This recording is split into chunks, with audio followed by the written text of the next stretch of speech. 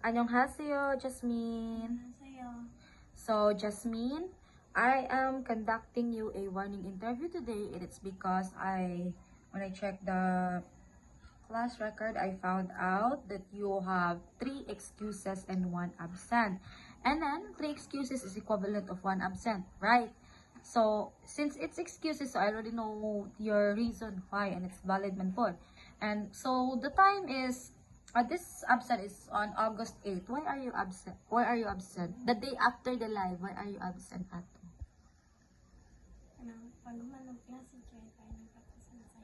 Practice mo sayo. Why you did not update me? Nganong wala ka naka-update na ko?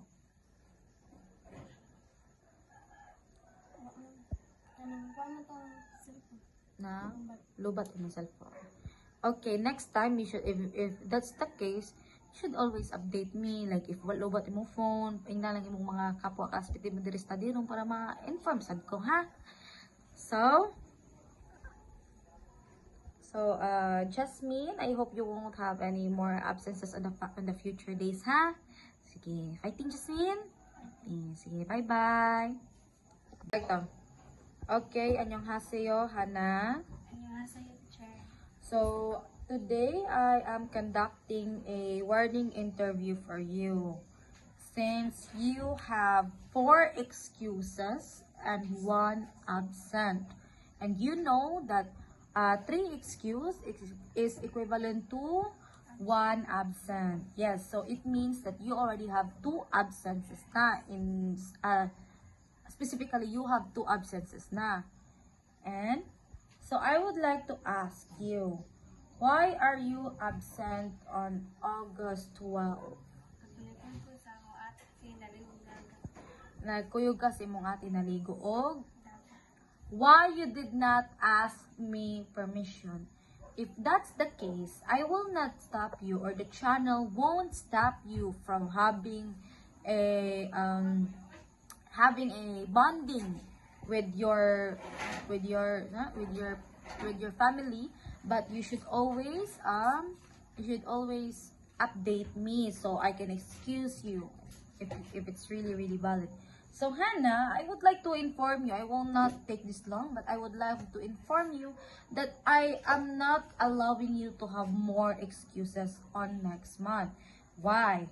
It's because if I allow you to keep on having an excuse, I know that you will always use that as, sure, I will excuse, and it's not right. It is unfair for your classmates to be excused a lot of times while they keep on attending here, huh? So I hope that you will be more consistent in attending in the study room, okay? Okay, Hannah, that would be all. Thank you, Hannah. Bye-bye.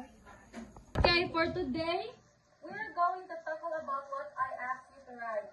It's about essay writing phrases. So, introduction essays, the body paragraph phrases, transition phrases, and conclusion phrases. So, happy birthday!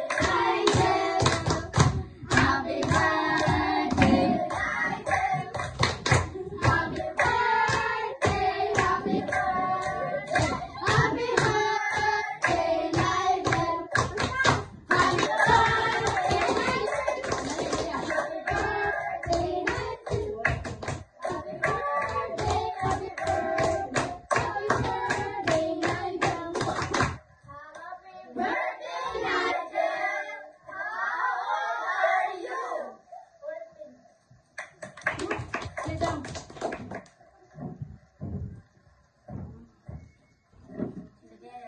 Make a wish and blow your candle.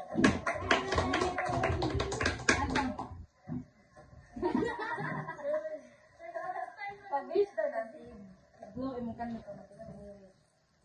Isang wish ito rin makaibaw. Isulti na siguro.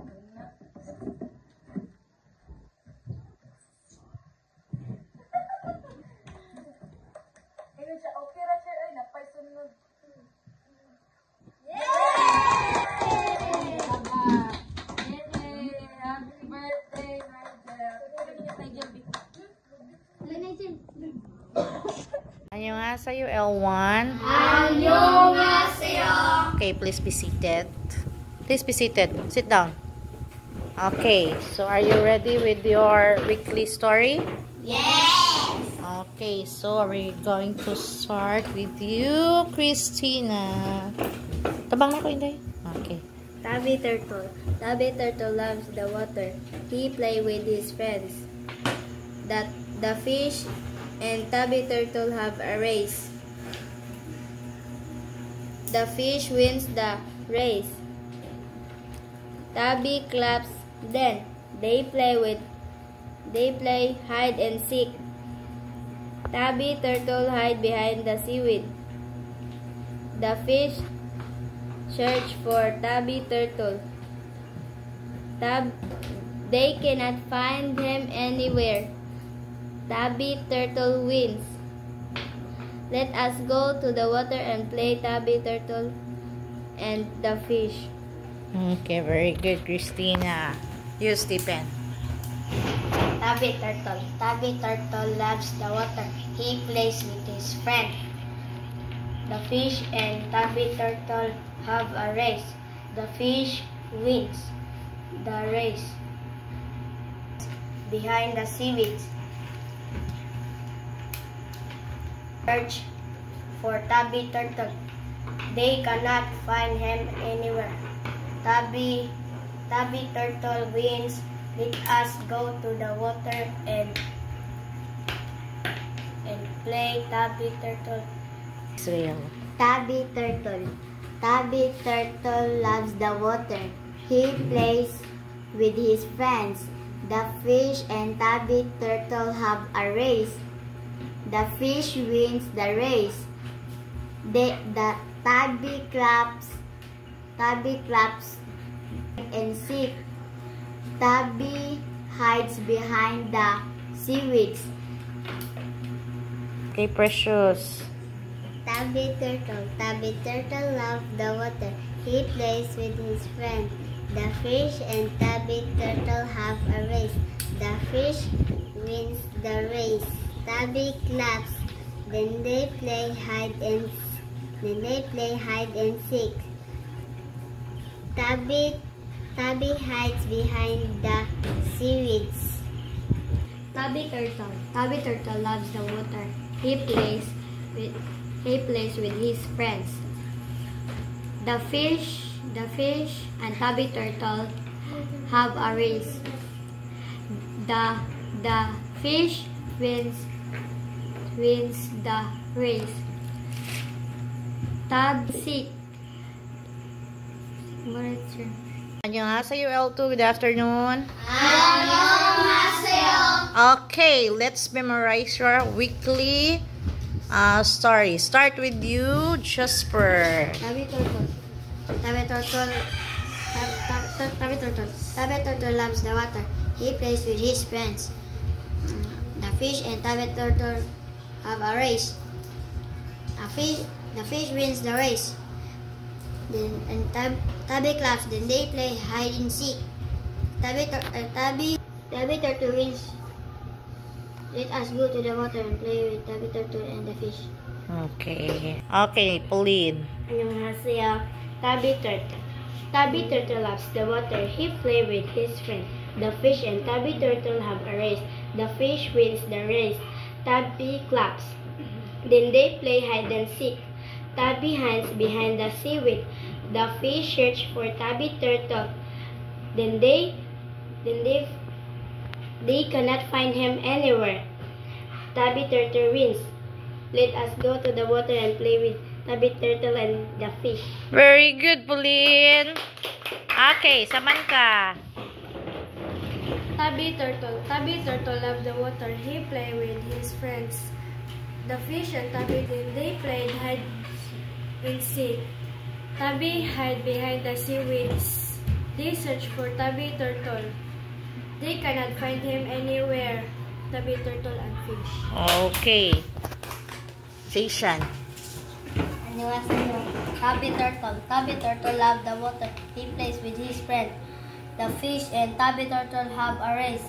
The fish win the race. Tabby clap. Then they play hide and seek. Tabby hide behind the seaweed. The fish search for Tabby Turtle to the water and play with Tabby Turtle and the fish. Okay, Chrislyn. Tabby Turtle at the water. He plays with his friend. The fish and Tabby Turtle have a race. The fish wins a race. Tabby claps. Then they play hide and seek. Tabby hides behind the seaweeds. The fish search for Tabby Turtle. They cannot find him anywhere. Play with Tabby Turtle and fish. Very good. John Kent. Tabby Turtle. Tabby Turtle loves the water. Tabby Turtle... The fish and Tabby Turtle have a race. The fish wins the race. Tabby claps. Then they play hide and seek. Tabby Turtle. They cannot find him anymore. Tabby Turtle wins. Let us go to the water and play with Tabby Turtle. Okay, Jamaica. Tabby Turtle. Tabby Turtle loves the water. He plays with his friend. The fish and Tabby Turtle have a race. And the fish wins the race. Tabby clap. Then they play hide and seek. Hide and seek. Okay, so sis, who are done writing? So everyone know, managsuwat. So let us have your today's week's story, okay? So it's all about the magic pencil. Okay, the magic pencil. Unsa day na all about magic? Is it real?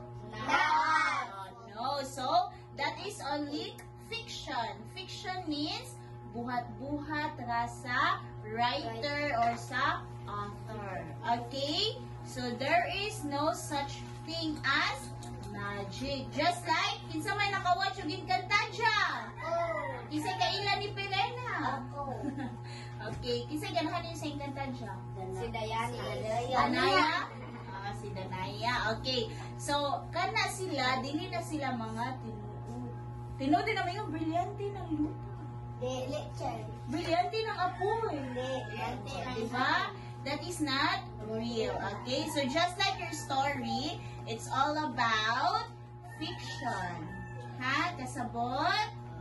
Okay. So, we only use these stories so that you can learn a moral lesson, which is you can apply it to yourself and to your life as well. Okay? So let us read first. The magic pencil. It's in the pencil. Okay. The magic pencil. Tom loves to draw, but his pencils were all small and broken. Okay, so si Tom kuno, he loves to Drawing. kanang mag-drawing. Pero iyahang pencils unsa man? Gagmay unya. Mga nabali.